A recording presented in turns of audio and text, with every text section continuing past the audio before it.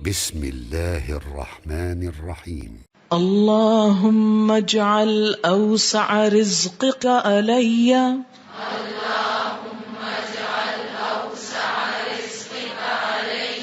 عند كبر سني وانقطاع عمري اللہم اے اللہ اجعل کر دے بنا دے اوسع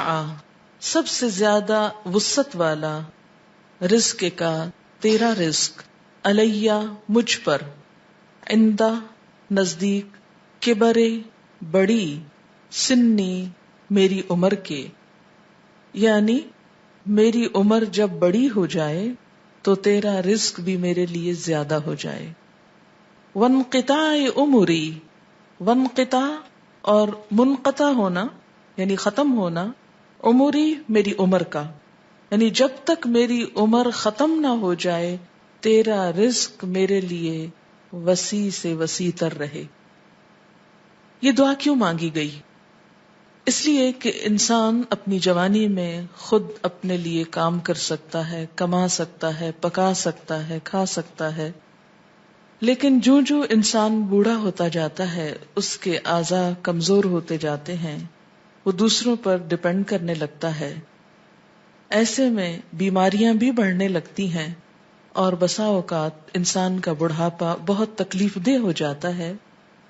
رزق کی کمی یا مال کی قلت کی وجہ سے.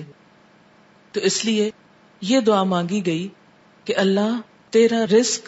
جو تو نے مجھ کو دینا ہے وہ میری موت تک اور میری عمر کے بڑا ہونے کے ساتھ ساتھ اس کو بھی وسیع کر دے، اور بڑھاپے میں بھی وہ زیادہ ہو اور مرتے دم تک کمی نہ آئے. تیسرے پارے میں آپ نے ایک واقعہ پڑھا تھا ایک شخص کا کہ جو بوڑھا ہے اور اس کے بچے بھی چھوٹے ہیں کہ یکا یک اس کا باغ جل جاتا ہے جس پر اس کے رزق کا انحصار ہے، یعنی اس کا کاروبار برباد ہو جاتا ہے. تو اس واقعے سے ایک بات سمجھائی گئی تھی کہ انسان جب ضرورت مند زیادہ ہو اور اس وقت اس کے وسائل ختم ہو جائیں، یا مثلاً آپ کو شدید پیاس لگی ہے، پانی آپ کے ہاتھ میں کہ اچانک گلاس ٹوٹ جاتا ہے اور وہ گر جاتا ہے،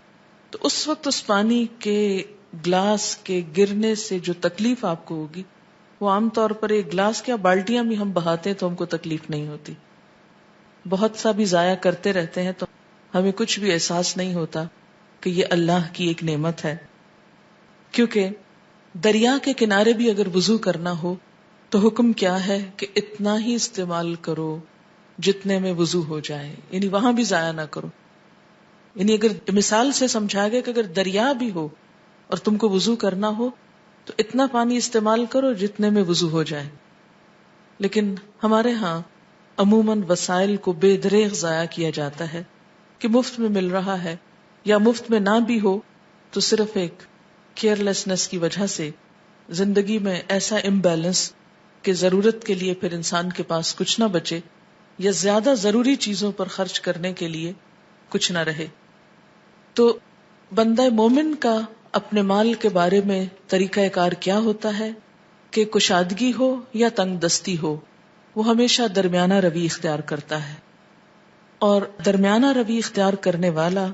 ہمیشہ فائدے میں رہتا ہے. یہاں پر بھی رزق کے بارے میں دعا مانگنے کو کہا گیا، اور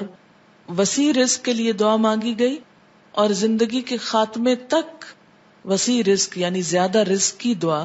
کہ انسان کسی کا محتاج نہ ہو.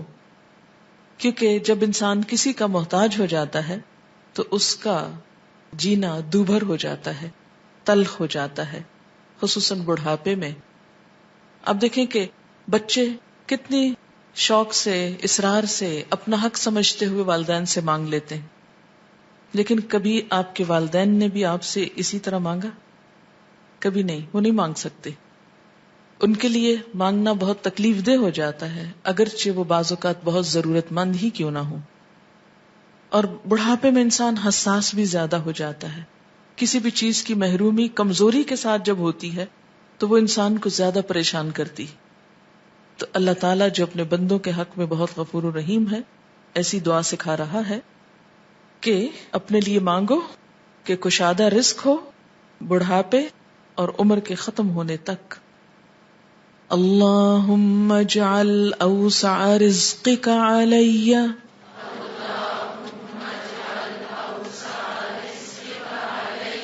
عند کبر سنی